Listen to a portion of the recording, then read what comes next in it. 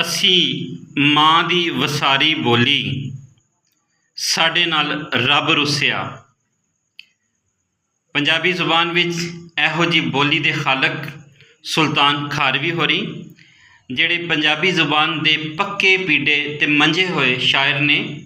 ਆਪ ਦੇ 6 ਸ਼ੇਰੀ ਪਰਾਗੇ ਵੱਡਿਆਂ ਵਾਸਤੇ ਛਪ ਚੁੱਕੇ ਨੇ ਤੇ 2 ਸ਼ੇਰੀ ਪਰਾਗੇ ਆਪ ਨੇ ਬਾਲਾਂ ਵਾਸਤੇ ਲਿਖੇ ਨੇ। ਇਸ ਤੋਂ ਵੱਖ 3 ਨਸਰੀ ਕਿਤਾਬਾਂ ਜਿਨ੍ਹਾਂ ਦੇ ਵਿੱਚ ਖਾਕੇ।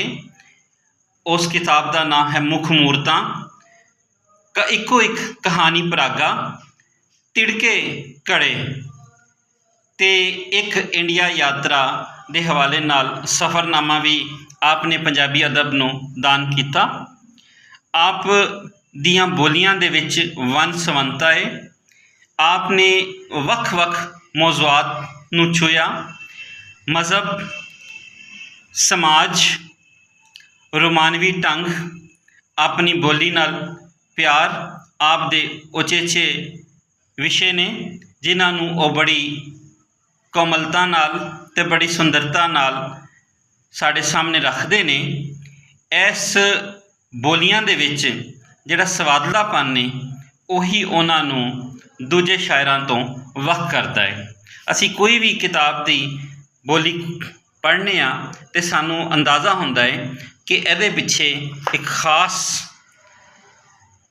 ਰੰਗ ਹੈ, ਜਿਹੜਾ ਇਸ ਸ਼ਾਇਰ ਦੇ ਕੋਲ ਤਜਰਬੇ ਰਾਹੀਂ ਸਾਹਮਣੇ ਆਉਂਦਾ ਹੈ। ਜਿਹੜਾ ਕੱਢਣਾ ਹੈ ਸੱਪ ਚੱਲ ਕੱਢ ਲੈ, ਅਸੀਂ ਇਹ ਪਟਾਰੀ ਵੇਖ ਲਈ। ਇਹਦੇ ਹੁਣ ਕਈ ਮਾਨੇ ਅਸੀਂ ਲੈ ਸਕਦੇ ਹਾਂ। ਸਿਆਸੀ ਸਮਾਜੀ ਹਵਾਲੇ ਨਾਲ ਅਸੀਂ ਇਹਨੂੰ ਵੇਖ ਸਕਦੇ ਹਾਂ।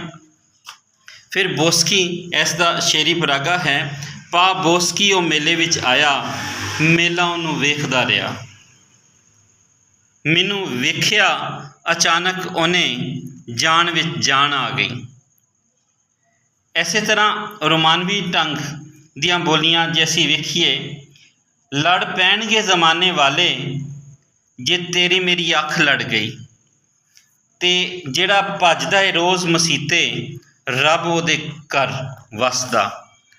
ਦੇਖੋ ਬੜੀ ਖੂਬਸੂਰਤੀ ਦੇ ਨਾਲ ਮਜ਼ਹਬ ਨੂੰ ਤੇ ਉਹਨਾਂ ਮਜ਼ਹਬ ਨੂੰ ਮੌਜੂ ਬਣਾਇਆ ਤੇ ਉਹਨਾਂ ਲੋਕਾਂ 'ਤੇ ਵੀ ਤੰਜ਼ ਕੀਤਾ ਜਿਹੜਾ ਆਪਣੇ ਜ਼ਾਤ ਨੂੰ ਪਛਾਣਨ ਲਈ ਤਿਆਰ ਨਹੀਂ।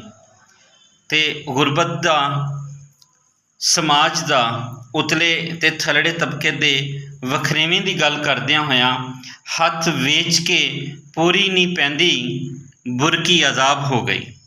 ਥੱਲੜਾ ਤਬਕਾ ਜਿਵੇਂ ਪਿਸ ਰਿਹਾ ਹੈ, ਉਸ ਦੇ ਹਵਾਲੇ ਨਾਲ ਬਹੁਤ ਸੋਹਣਾ ਖਿਆਲ। ਫਿਰ ਅਸੀਂ ਜੇ ਪਹਿਲੀ ਸੁਣਾਈ ਤੁਹਾਨੂੰ ਜ਼ੁਬਾਨ ਦੇ ਹਵਾਲੇ ਨਾਲ, ਉਹਨਾਂ ਨੇ ਥਾਂ ਥਾਂ ਜ਼ਿਕਰ ਕੀਤਾ। ਤੇ ਤੇਰੇ ਵਰਗੀ ਨੀ ਯਾਰ ਸਵਾਦੀ, ਤੇਰੇ ਵਰਗੀ ਨਹੀਂ ਯਾਰ ਸਵਾਦੀ, ਪੜ੍ਹ ਕੇ ਕਿਤਾਬ ਵੇਖ ਲਈ। ਤੇ ਇੱਕੋ ਹੋਰ ਅਸੀਂ ਬੋਲੀ ਦੇਖਦੇ ਹਾਂ, ਤੂੰ ਆਪਣੀ ਸ਼ਰੀਕ ਏ ਆਪੇ, ਤੇਰੇ ਜਿਹਾ ਕੌਣ ਗੋਰੀਏ। ਤੇ ਇੱਕ ਬੋਲੀ ਜਿਹਦੇ ਵਿੱਚ ਸੋਚਣ ਵਾਲਿਆਂ ਵਾਸਤੇ ਪਿੰਡ ਤੇ ਸ਼ਹਿਰ ਦਾ ਜੀਵਨ, ਤੇ ਫਿਰ ਉਹ ਲੋਕ ਜਿਹੜੇ ਪਿੰਡ ਛੱਡ ਕੇ ਸ਼ਹਿਰਾਂ ਵਿੱਚ ਆ ਰਹੇ ਨੇ, ਜਾਂ ਉਹ ਲੋਕ ਜਿਨ੍ਹਾਂ ਨੇ ਆਪਣਾ ਅਸਲ ਛੱਡ ਦਿੱਤਾ ਹੈ। ਕੱਚੇ ਘਰਾਂ ਦੀ ਯਾਦ ਸਤਾਵੇ, ਮੈਂ ਕਬਰਾਂ ਦੀ ਗੱਲ ਕਰਨਾ।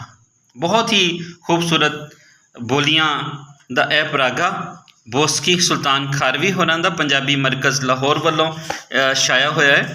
ਤੇ ਇਹ ਪੰਜਾਬੀ ਮਰਕਜ਼ ਲਾਹੌਰ ਵੱਲੋਂ ਛਾਇਆ ਹੋਇਆ, ਇਹ ਪਹਿਲੀ ਵਾਰ ਨਵੰਬਰ 2023 ਵਿੱਚ ਸਾਹਮਣੇ ਆਇਆ। ਇਸ ਦਾ ਮੁੱਲ 600 ਰੁਪਇਆ ਤੇ ਕੁੱਲ ਸਫ਼ੇ ਇਹ ਸੀ ਜੇ ਦੇਖਦੇ ਹਾਂ ਤੇ 110 ਸਫ਼ੇ ਨੇ। 100 ਗ੍ਰਾਮ ਕਾਗਜ਼ ਦੇ ਉੱਤੇ ਬਹੁਤ ਸੋਹਣੀ ਦੱਖ ਦੇ ਨਾਲ ਸਜੀ ਹੋਈ ਇਹ ਕਿਤਾਬ ਹੈ। ਇਹ ਪੰਜਾਬੀ ਸ਼ਾਇਰੀ ਪੜ੍ਹਨ ਵਾਲਿਆਂ ਵਾਸਤੇ ਇੱਕ ਅਨਮੁੱਲਾ ਵਾਧਾ ਹੈ ਤੇ ਉਹਨਾਂ ਨੂੰ ਇਹ ਜ਼ਰੂਰ ਪੜ੍ਹਨੀ ਚਾਹੀਦੀ ਹੈ। ਬੋਸਕੀ ਬੋਲੀਆਂ ਦਾ ਪਰਾਗਾ ਸੁਲਤਾਨ ਖਾਰਵੀ।